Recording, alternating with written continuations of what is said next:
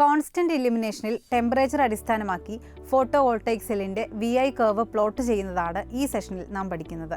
സെഷൻ്റെ അവസാനത്തോടെ standard test condition അല്ലെങ്കിൽ STC solar സിമുലേറ്ററിലെ എക്യുപ്മെൻറ്റുകൾക്ക് ഒരു PV മൊഡ്യൂളിൻ്റെ സോളാർ സെല്ലിൻ്റെ ടെമ്പറേച്ചർ വേരിയേഷൻ അനുസരിച്ച് PV സെല്ലിൻ്റെ IV ക്യാരക്ടറിസ്റ്റിക്സ് എന്നിവ സംബന്ധിച്ച കാര്യങ്ങൾ മനസ്സിലാക്കാൻ നിങ്ങൾക്ക് സാധിക്കും.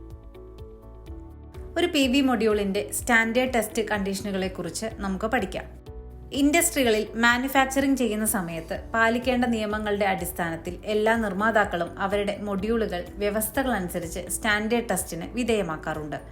ഈ നിയമങ്ങളുടെ അടിസ്ഥാനത്തിൽ ഉപഭോക്താക്കൾക്കും സോളാർ ഡിസൈനർമാർക്കും പാനലുകൾ താരതമ്യം ചെയ്യാൻ സാധിക്കും. സാധാരണ STCയിൽ സോളാർ സെല്ലിന്റെ ടെമ്പറേച്ചർ 25 ഡിഗ്രി സെൽഷ്യസും സോളാർ ഇറേഡിയൻസ് മീറ്റർ സ്ക്വയറിന് 1000 വാട്ട്, എയർ മാസ് 1 അല്ലെങ്കിൽ 1.5 ആയിരിക്കും. എയർ മാസ് എന്നത് അന്തരീക്ഷത്തിലൂടെ പ്രകാശം കടന്നുപോകുന്ന പാതയുടെ ദൈർഘ്യമാണ്. സാധ്യമായ ഏറ്റവും കുറഞ്ഞ ദൈർഘ്യമാണ് സാധാരണ നിലയിൽ ഇവിടെ പരിഗണിക്കുക. അന്തരീക്ഷത്തിലൂടെ കടന്നുപോകുമ്പോൾ പ്രകാശത്തിന്റെ പവറിൽ ഉണ്ടാകുന്ന കുറവും എയർ ഡസ്റ്റുകളും കണ്ടെത്തിയാണ് എയർ മാസ് അളക്കുന്നത്. ഭൂമിയുടെ അന്തരീക്ഷത്തിലൂടെ പ്രകാശം എത്ര ദൂരം സഞ്ചരിക്കുന്നു എന്നതിൻ്റെ അളവാണ് എയർ മാസ്. ഒരു എയർ മാസ് അല്ലെങ്കിൽ AM1 എന്നത് ഭൂമിയുടെ അന്തരീക്ഷത്തിന്റെ തിക്നെസ് ആണ്. ടെറസ്ട്രിയൽ പവർ ജനറേറ്റ് ചെയ്യുന്ന പാനലുകളുടെ ക്യാരക്ടറൈസ് ചെയ്യുമ്പോൾ AM 1.5 എന്നത് ആഗോളതലത്തിലുള്ളതാണ്.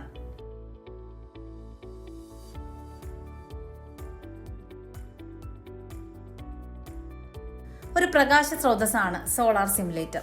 നാച്ചുറൽ സൺലൈറ്റുമായി ഇതിന് സാമ്യതകളുണ്ട്. സ്പെക്ട്രൽ ഡിസ്ട്രിബ്യൂഷനിലും ഇന്റൻസിറ്റിയിലും ഈ സമാനത കാണാനാകും.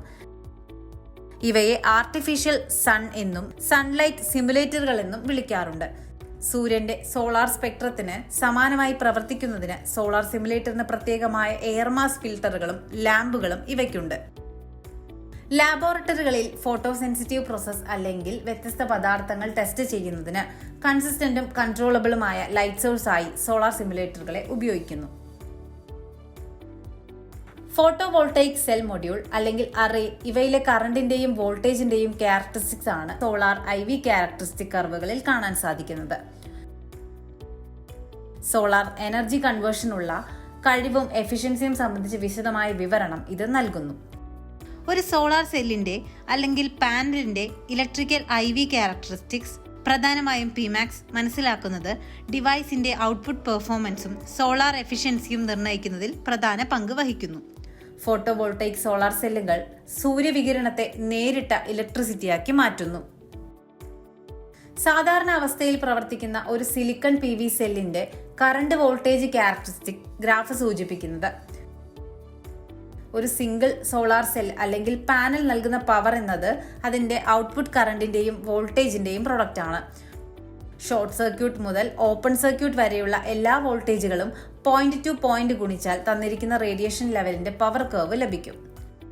സോളാർ സെൽ ഓപ്പൺ സർക്യൂട്ട് ഒരു ലോഡുമായി കണക്ട് ചെയ്തിട്ടില്ലെങ്കിൽ അതിലെ കറണ്ട് ഏറ്റവും കുറവും അഥവാ 0, വോൾട്ടേജ് ഏറ്റവും ഉയർന്നതുമായിരിക്കും. Solar cell open circuit voltage അല്ലെങ്കിൽ VOC എന്നാണ് ഇത് അറിയപ്പെടുന്നത്. മറ്റൊരു എക്സ്ട്രീമിൽ സോളാർ സെൽ ഷോർട്ട് സർക്യൂട്ട് ആകുമ്പോൾ പോസിറ്റീവ് നെഗറ്റീവ് ലീഡുകൾ ഒരുമിച്ച് കണക്ട് ചെയ്തിരിക്കുന്നു. സെല്ലിലെ വോൾട്ടേജ് മിനിമം അല്ലെങ്കിൽ 0, എന്നാൽ സെല്ലിൽ നിന്ന് പുറത്തേക്ക് ഒഴുകുന്ന കറണ്ട് അതിന്റെ മാക്സിമത്തിൽ എത്തുന്നു. ഇത് solar cell short circuit current അല്ലെങ്കിൽ ISC എന്നും അറിയപ്പെടുന്നു. സോളാർ പാനലിന്റെ IV കർവ് നോക്കാം.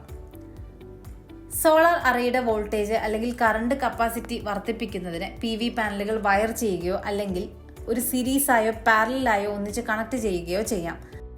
അറേ പാനലുകൾ ഒരു സീരീസ് കോമ്പിനേഷനിൽ ഒരുമിച്ച് കണക്ട് ചെയ്തിട്ടുണ്ടെങ്കിൽ വോൾട്ടേജ് വർദ്ധിക്കുകയും പാരലലായി ഒരുമിച്ച് കണക്ട് ചെയ്താൽ കറണ്ട് വർദ്ധിക്കുകയും ചെയ്യുന്നു. ഈ വ്യത്യസ്ത ഫോട്ടോവോൾട്ടൈക് കോമ്പിനേഷനുകളിൽ സൃഷ്ടിക്കപ്പെട്ട വാട്ട്സിലുള്ള ഇലക്ട്രിക് പവർ കറണ്ടിന്റെയും വോൾട്ടേജിന്റെയും പ്രൊഡക്റ്റ് ആയിരിക്കും. എന്നാലും സോളാർ പാനലുകൾ ഒരുമിച്ച് കണക്ട് ചെയ്തിരിക്കുന്നു. അപ്പർ റൈറ്റ് ഹാൻഡ് കോർണറിൽ എല്ലായ്പ്പോഴും അറേയുടെ മാക്സിമം പവർ പോയിന്റ് ആയിരിക്കും.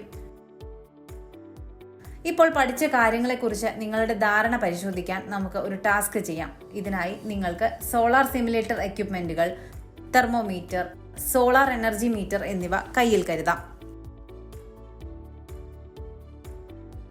കോൺസ്റ്റന്റ് ഇന്റൻസിറ്റിയുള്ള സോളാർ PV സെല്ലിന്റെ 3 വ്യത്യസ്ത ടെമ്പറേച്ചറുകളിലുള്ള IV കർവ് കണ്ടെത്തുക എന്നതാണ് ടാസ്ക്.